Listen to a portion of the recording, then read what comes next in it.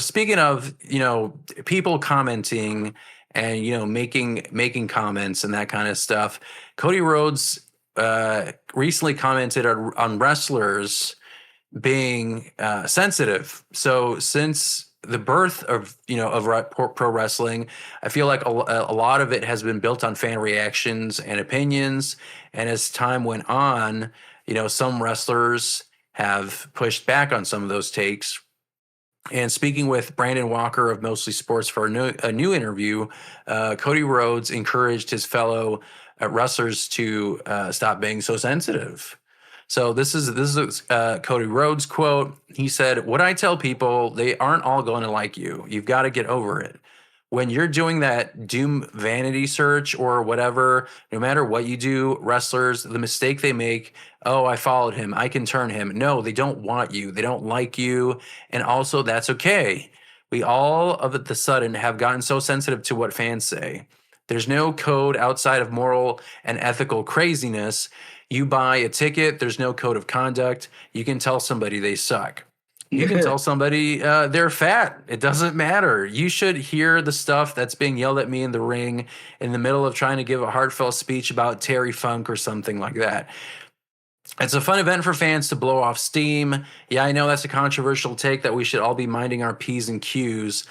But if you're a good, upstanding human being, I don't think you need to give yourself 35 rules to attend a wrestling show."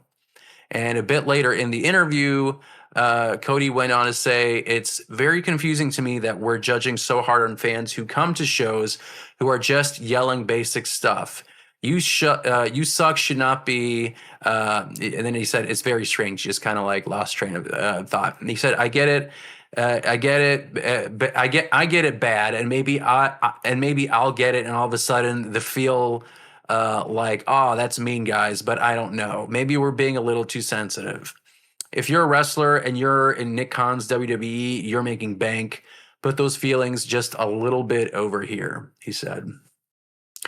So, Chris, Cody said that, wrestlers in Nick Khan's WWE are making enough money to put those feelings over here, he said. Did you feel like he's right that high paychecks should equal a higher tolerance for abuse, or is that an outdated old school mentality that you feel like maybe ignores mental health? How do you feel?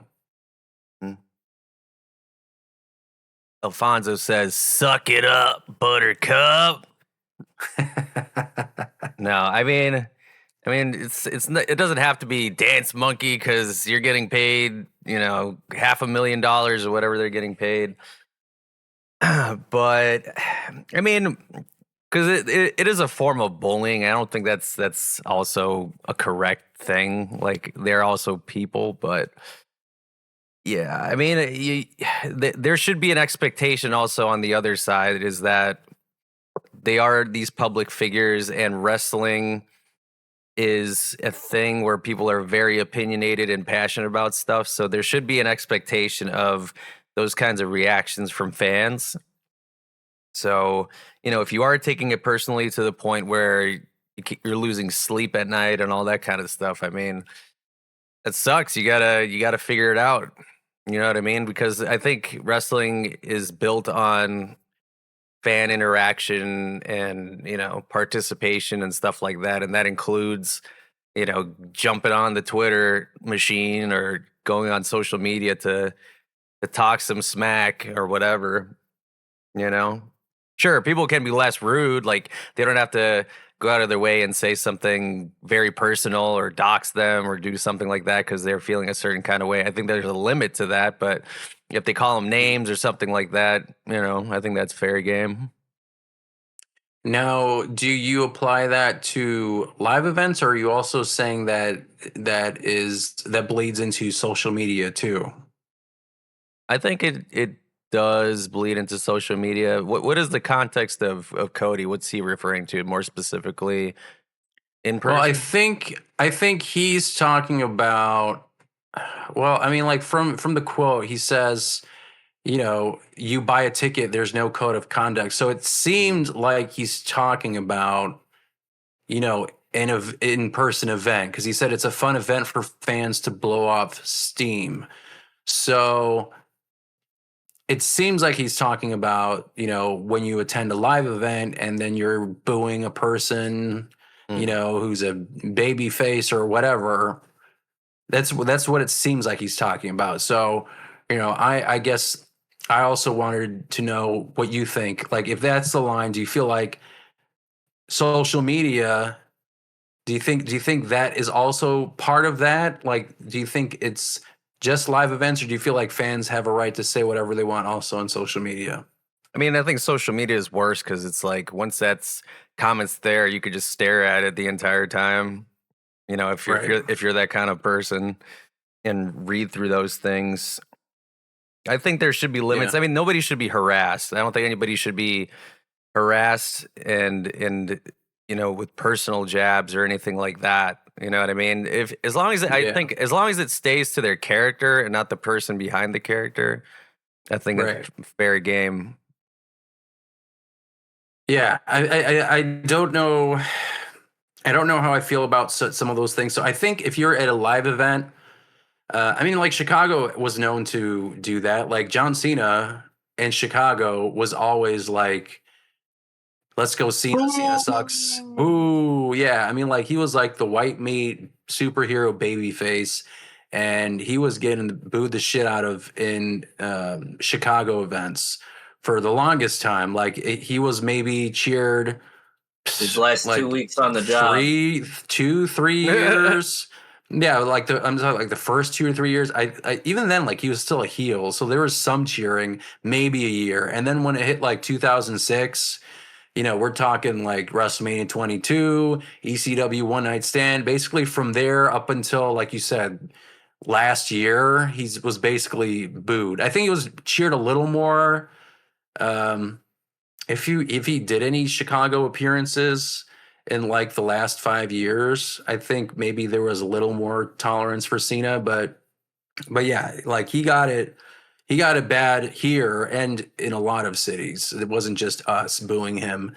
Um, so like that kind of stuff, I think is fine because, like you said, you're at the wrestling show and it's all framed around like you're watching this show. They're in a match, and I think you can boo or cheer whoever you want. I know that Charlotte Flair, when she was in Chicago, and I guess she was, well, no, she wasn't. She was technically a heel um, when she was facing Tiffany Stratton. I feel like she was the heel in that situation, but she got pretty thrown off her game when the Chicago crowd was booing her at the Allstate Arena, and it seemed to, she seemed to have taken it a little personally around that time. But like in those instances, I feel like it's fine. But like you said, I don't think when it starts getting personal and I feel like when you're talking about someone's appearance and shit like offline, I don't know. I'm not a fan of that kind of stuff. Like I think Cody Rhodes said you can call them fat or whatever, but I'm like, I don't know. I like I guess it's not in my nature, and I don't know where I draw the line with that kind of stuff.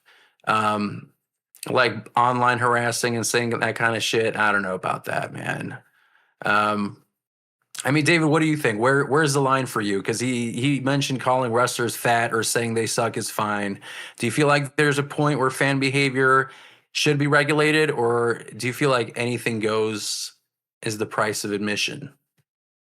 I feel like regulation could be a little loose. I me personally, I always see it as like I, I see it more so like on the heel side where it's like you want to talk crazy to heels, and it's like that's Mhm. cool and all, but it's like don't go to certain places. Don't like for example, like if MJF's in town, it's like insult MJF, don't insult Maxwell Friedman.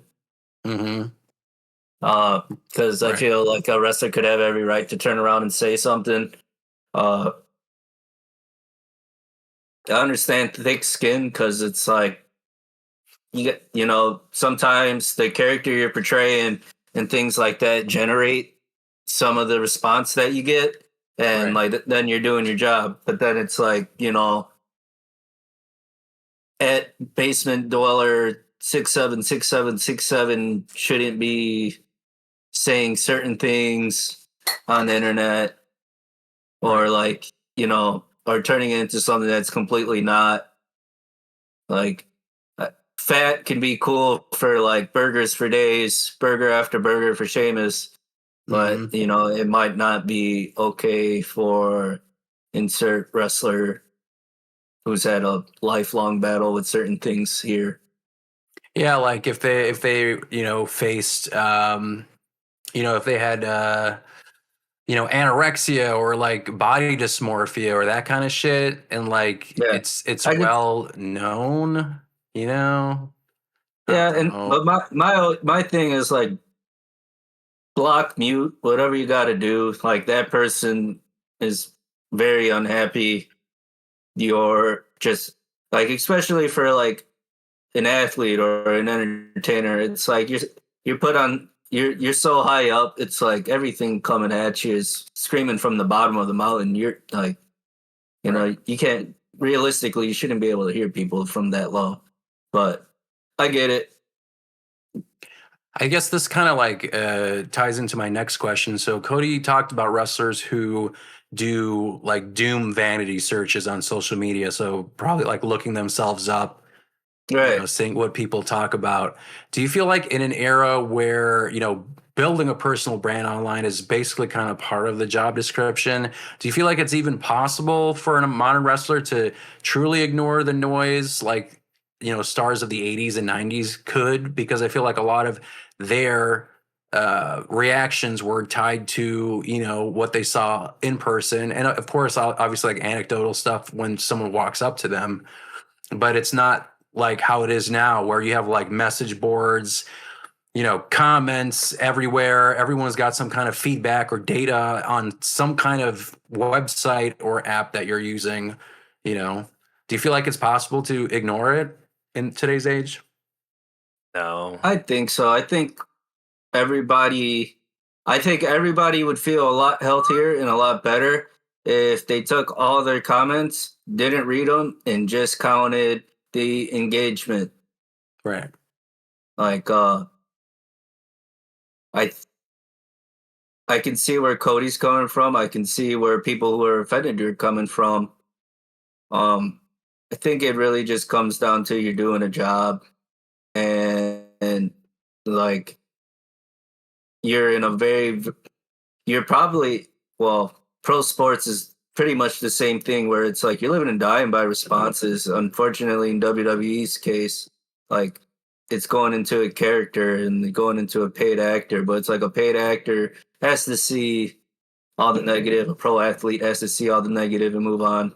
I think pro wrestlers, since they're a hybrid of both, should definitely uh detach from the emotion that can get pulled by strangers. Like it's very hard, but at the same time, it's like if they're talking about you, you win. Like they're talking about what you wore. Guess what? People are watching your match to see what you wore. Hmm. Things like that. Yeah. I think it's possible to ignore the noise. I feel like AJ Lee has done that, and a couple of other wrestlers who like either just like focus on one platform, or you have a team, you have people who manage your social media, like Right. you curate it, like you provide the content, but then you don't look at the comments, you don't engage with that. Like just your Right. social media team deals with that shit. So you have a presence online, but you're not like directly interacting with everybody, where if you Yeah. are prone to, not enjoying that kind of response, and I feel like it's inevitable in any comment section, you're just going to have people who are bitching and complaining, Right. which sucks. But, that's how social media functions right now. The algorithm awards people with negative comments because that gives the platform the highest rules of engagement. Someone says something annoying, and then they're going to try and disprove you or insult you and jump in your comment section, and that gives dollars to X or Facebook or Instagram or TikTok or whatever. I mean, it's shitty, but I don't know how you get around it besides just not looking at it and just having your social Right. media team post it on behalf of you. Chris, what do you think? I guess same question. Do you feel like it's possible to ignore that kind of stuff, like doing doom vanity searches? Do you feel like it's possible to do that in today's age? I think the being proactive with searching, you can avoid and ignore that. But like if you are going to be on social media in any form, you're uploading content or you're checking up on other things and you just so happen to stumble upon, stuff, or you're managing your own accounts and stuff like that, it's kind of impossible. So with that being said, I would say knowing the nature of the beast of social media and all these platforms, you have to create this, self-talk to yourself that it's like you're above that. Your self-worth is not these comments and these bots and these people who are saying these things. And then just go about your day. Like don't lose sleep over it. So Yeah, I mean, I feel like yeah, I like you mentioned like live events or like theater and that kind of stuff. Yeah, I mean like wrestlers are in a unique situation where like a person who is part of a musical ensemble, like it's very rare where the crowd is like, "You suck, Mercutio," or whatever. I hope you drop dead. Like people who go to like a musical or a theater thing, like they just sit there and enjoy the show versus like, pro wrestling or even like, I don't know, like jousting at a Renaissance fair. Like the core part of that is the fan engagement that you get from the crowd. And that's the unique thing that pro wrestlers have to deal with versus like an actor on a regular day, like where in pro wrestling it's a constant thing. It's like people are chanting something positive, something negative. They're not reacting at all. Like it's all part of that experience. So especially if you're a heel and you feel like you're not, like if you're a heel and you're saying dastardly things, I feel like you should expect negative feedback or pushback in a live setting. Now, I think we are far away from, the days of like a Stephanie McMahon who'd be getting slut chanted at her. Mhm. I don't think we're in that kind of territory from a live perspective. Now, I think the comment section of social media might be different because I think those kind of comments are kind of commonplace, and it's not even like stuff like that. Sometimes it just cuts even deeper than that. Like some people do like giant dissertations on why you fucking suck on Twitter. It's like, and then you have to like read that or like ignore it, and then scroll past another dissertation on why you suck. So it's a different breed. I feel like, yeah, I don't know how I feel about that kind of stuff. Um, but yeah, Chris, or David, let me ask you this. So he talks about like being heckled while giving a hard speech about like someone like Terry Funk. Do you feel like the no code of conduct approach ruins the show for other fans who actually want to hear the promo, or do you feel like adding that kind of chaos where if he's talking about a heartfelt speech and then you just have people saying like, you suck, you cry baby, do you feel like you like that kind of chaos in the crowd? Do you feel like, yeah, I don't know. How do you think a wrestler feels when they have to deal with I something like that? I think it's context and section. I think wrestlers deal with it fine. Um, Sometimes I feel like that stuff might be a little disturbing for others, like, especially at like a WWE show, like, or even like for example, we've been to an indie show where like they stopped mid promo, or and was like, "This is an all ages show, jackass." Yeah. So like it really you really have to be mindful of who you're around. I think that we as viewers and attendees should like try to do that. Context, like if a wrestler cutting a promo and someone slides a funny, it's cool, but make sure Yeah. you're funny. Make sure you're funny and not an idiot. I'll use the Like example of going to like a concert and you have some drunk asshole, at least in like a metal concert, let's say the song is slow, right? And then it's some drunk asshole that's trying to stir up and start a mosh pit during a really slow song. Like, don't be that guy. Mhm. Like understand the optics and the context of what's currently happening, and then do it when it's appropriate. You know what I mean? But I feel like you need some kind of a self-awareness to that. And some people don't have that self-awareness or filter, or their prefrontal cortex isn't developed or some shit. But I do think it comes down to timing because, like you said, like like you mentioned that in a metal concert, I think that's a good example. It's timing, and when someone does that, that just makes you look awkward. Like maybe I don't know. Like I feel like I guess that person's enjoying themselves, well, but security kicks their uh, ass out if they're disrupting. So that should tell people yeah. stuff. Yeah. So I feel like I mean, context is everything. Like you said, like there was the "fuck you, Logan" chants, but it's like Oh, bring it them all on. is it like just the way that he's built, you know, as a character, as a person, and all that kind of stuff. I mean, like Who he is as a person. just who he is. I feel. I mean, again, it's again And context, like crypto scams. Yeah. I mean, having a history of doing that kind of Japan. shit. Yeah, the Japan stuff. Like he doesn't do himself any favors, and he is also a heel.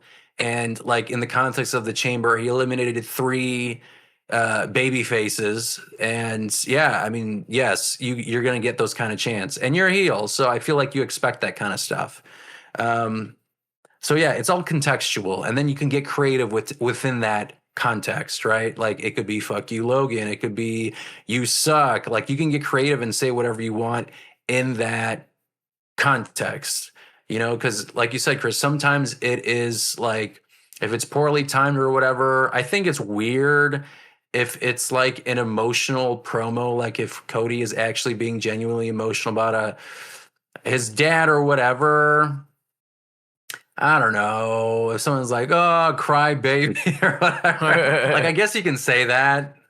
It's just me because I guess I wouldn't be reacting that way, you know. But I mean, for Cody, apparently it's you know free for all for him, so you can yell whatever you want at him. Um, but yeah, for me, I think it's contextual. Um, so yeah, I mean, I don't know. I feel like there's a certain line when it comes to social media, like you said. Don't harass people. Don't go in their DMs and start, you know, harassing them. I think that is different than if you're in like that pro wrestling crowd environment. I think it's just a different level of behavior, you know. So I'd say, folks, if you want to enjoy yourself at a pro wrestling show, do it. For me personally, it comes down to timing and feeling out the energy of the crowd, uh, everything that's going on, the promo in the ring, and that kind of determines, like, for me, where these chants go for me, you know, like, and, you know, finding the right avenue or lane that requires timing and all that kind of stuff. So I'd say, folks, if you paid for a ticket, have fun, but don't be, you know, assholes or harassing, you know, wrestlers. otherwise, FAFO, baby. Fafo, and you'll be cursed. Cursed. But that's a wrap for this episode of the Chi-Town Shoot podcast. Please don't forget to like, subscribe, rate us, and leave your feedback. Tune in next time for more wrestling madness. Until then, keep marking out.